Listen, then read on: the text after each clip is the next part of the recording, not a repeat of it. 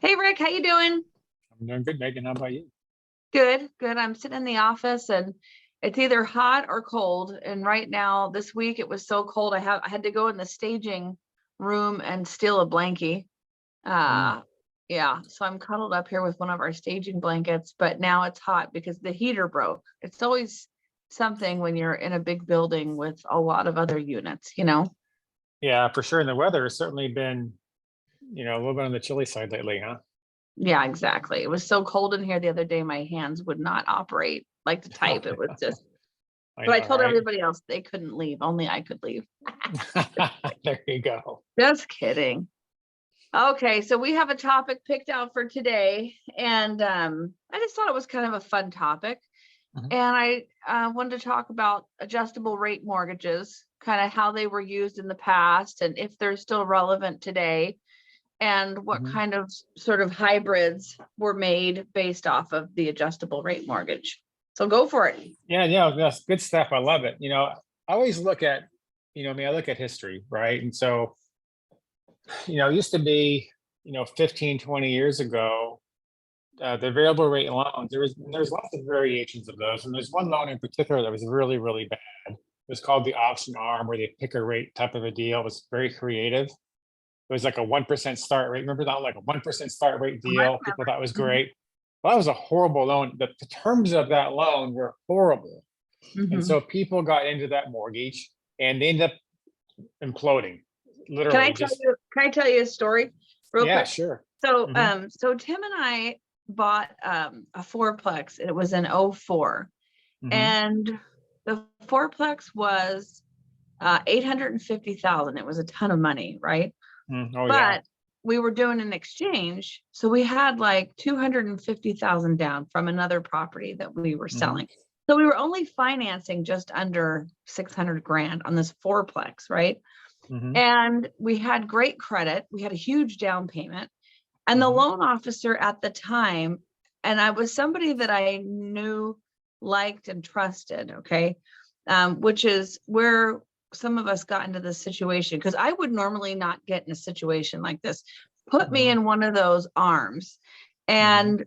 And like Tim and I, we've always done arms to begin with. Like it's worked out for us, and the pick a payment worked out for us too, because both of us are self-employed. But this this loan that this loan officer got us into, um and it's my fault for signing the papers, but I mean, I was trusting that they were going to take care of me, which I think is what most of us do. We trusted people to take care of you. Hmm. Anyway, so we were like 2 years into owning the place, and I get a notice in the mail that our payments going from like $3,000 a month or something to like $5,500 a month. Yeah. And I almost died. And it was like in 30 days. There was Hmm. no, so that's what people really got themselves into, those kind of a pickle there. And we were able Yeah. to get out of it right away. But man, that was disappointing. Yeah, and it happens a lot to a lot of Mhm. people, because they did not really understand the terms of that loan, how it Mhm. adjusted and what the caps were and so forth. They were just focused on the 1% start rate. But let me So ask you a that, question yeah. out of Hmm. curiosity, because that loan officer at the time was really pitching those types of loans. Hmm. Could that person have been making sort of a premium as far as their payment goes on those type of loans? Were they getting Yeah. bonuses? What in the hell was going on there? Well, Why would this great person question. stick me in Great that question. loan when I had great credit and a huge down payment? Tell me about it, Rick. Great question. I saw this a lot. That's where the abuse came into our industry back in those days. There were loan officers who pitched that loan because those loans paid a premium to the lender. They were very highly profitable loans through the lender, almost double what they make on a typical loan. It was Wow. insane. And so they took those loans and sold them really, really aggressively without really explaining the terms and what that meant to the homeowners or to the consumer. Right. Bad, bad, bad all the way around. And so it's not a good practice. And I never liked it. And it happened a lot, unfortunately.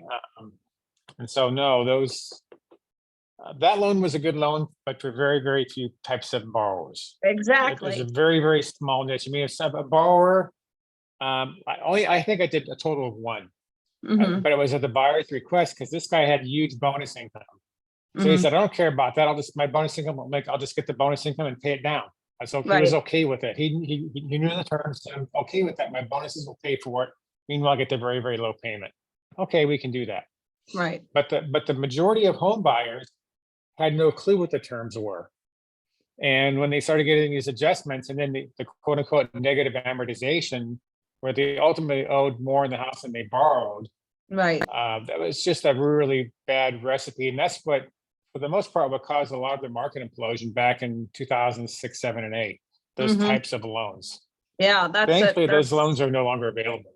Yeah. right. I mean, things have changed a billion times over since then. I mean, people that are Yeah. qualified for their loans are qualified under not the fairest, they not, I would say, like, it's not just fair weather, Mhm. qualification. I mean, they're scrubbed and the Sure. whole thing. But yeah, things, okay, so yeah, like Well, variable rate loans, pick a payment mhm, loans, those were useful to some people mhm. under some circumstances. I agree. Okay, go ahead. I'm sorry. I interrupted you about Yeah, that. no, by the way, it's a great point, because when you talk about variable rate loans, people only think about that loan on people who lost their homes because they had a variable rate loan.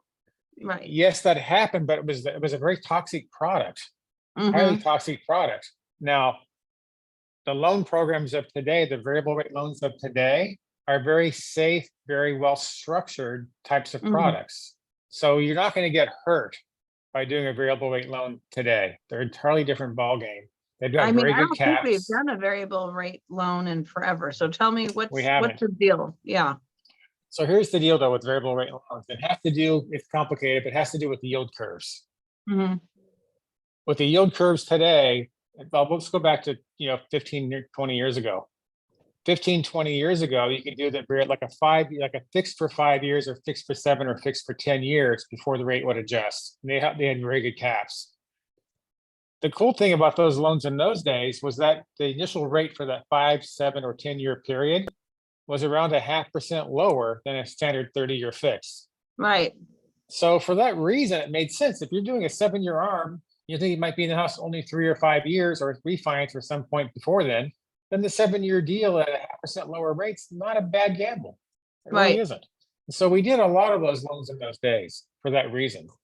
Um, and current market, because of the yield curve, frankly, the 5 or 7-year arm is about the same rate as a standard 30-year fix. There Oh, really is no wow. price difference. Yeah, there's no benefit then. There's really no benefit. So why Mm. would someone take even the slightest risk of a 5 or 7-year deal when they can take a 30-year fix at pretty much the same rate today? Mm-hmm. Mm-hmm.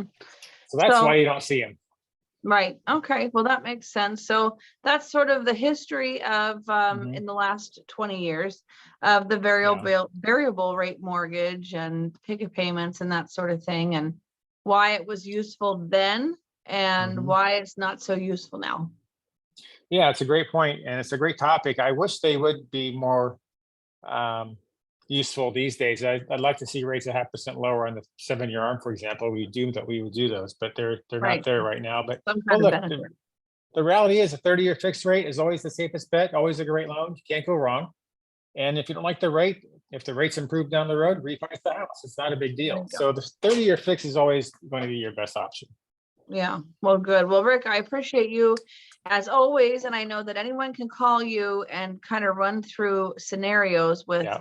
what would be the best choice for them for Mhm. their home loan.